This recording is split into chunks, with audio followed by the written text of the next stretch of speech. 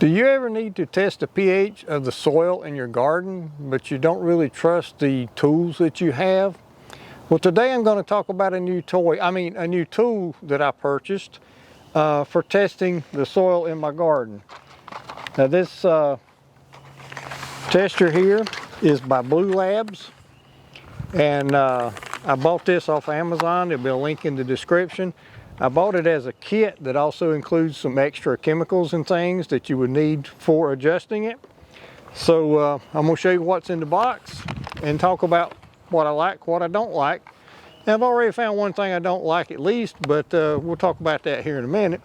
So anyway, welcome to Do It Yourself with Wayne. Our channel is all about teaching you how to do things yourself to save money. We also do tool reviews like this, but everything is related to things around your home, and it's to help you save money. So if you like to save money by doing things yourself, subscribe to our channel. We'll help you with that. Now about this, this is a Bluelab pH soil test probe. So far I haven't used it, but I've read a lot. This is what it looks like, and it comes in this box. Comes with some extra chemicals, and I've already dropped one on the ground, but it comes with 3 bags of solutions. One is a liquid that has a pH of 7.0. You have one that has a pH of 4.0. Now you use those solutions to calibrate the probe before you use it. The instructions also say they recommend that you recalibrate at least every 30 days or so if you're going to use the probe again. It also came with solution for storage. The sensor in the end of the probe, it's down in here, it needs to stay wet in order to be accurate.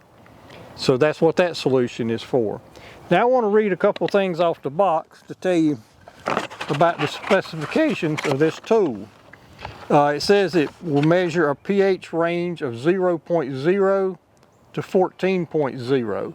And if you're familiar with the pH scale, that is the full scale, with 7 being neutral, right in the middle. Of course, the higher numbers are alkaline, the lower numbers are acidic.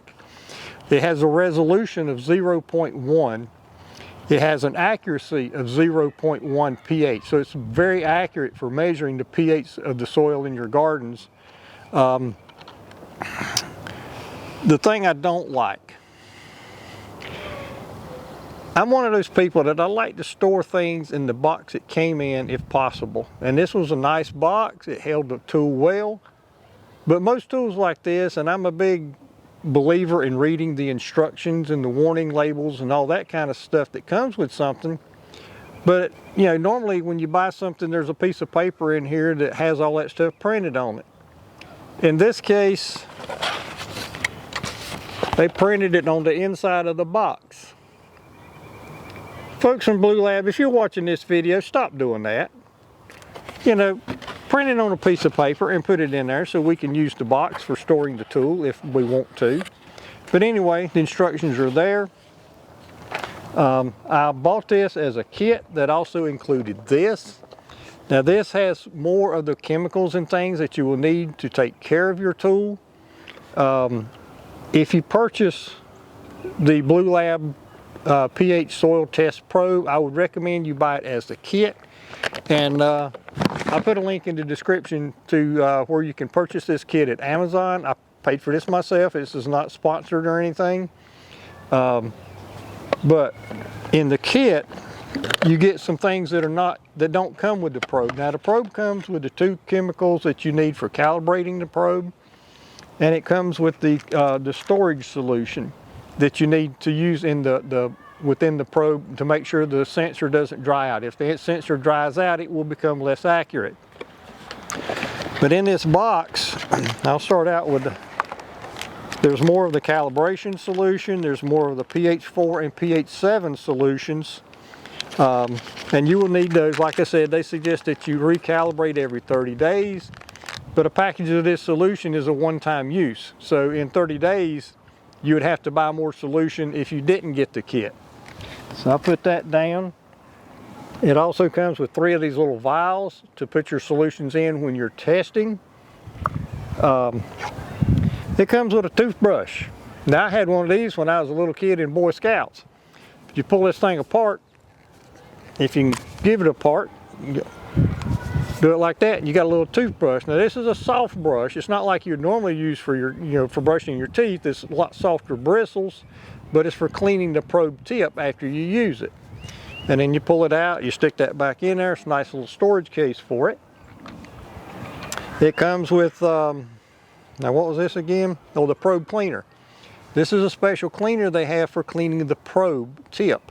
As you use it, you're gonna get dirt on it, obviously, and it's good to keep it good and clean, because if you have residue from a previous test, your next test will be inaccurate. So you do need to keep your probe clean.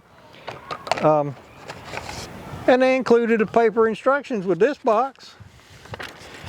It tells you a lot of stuff about how to care for it, how to calibrate it, how to use it. Some of the stuff I was a little unsure about.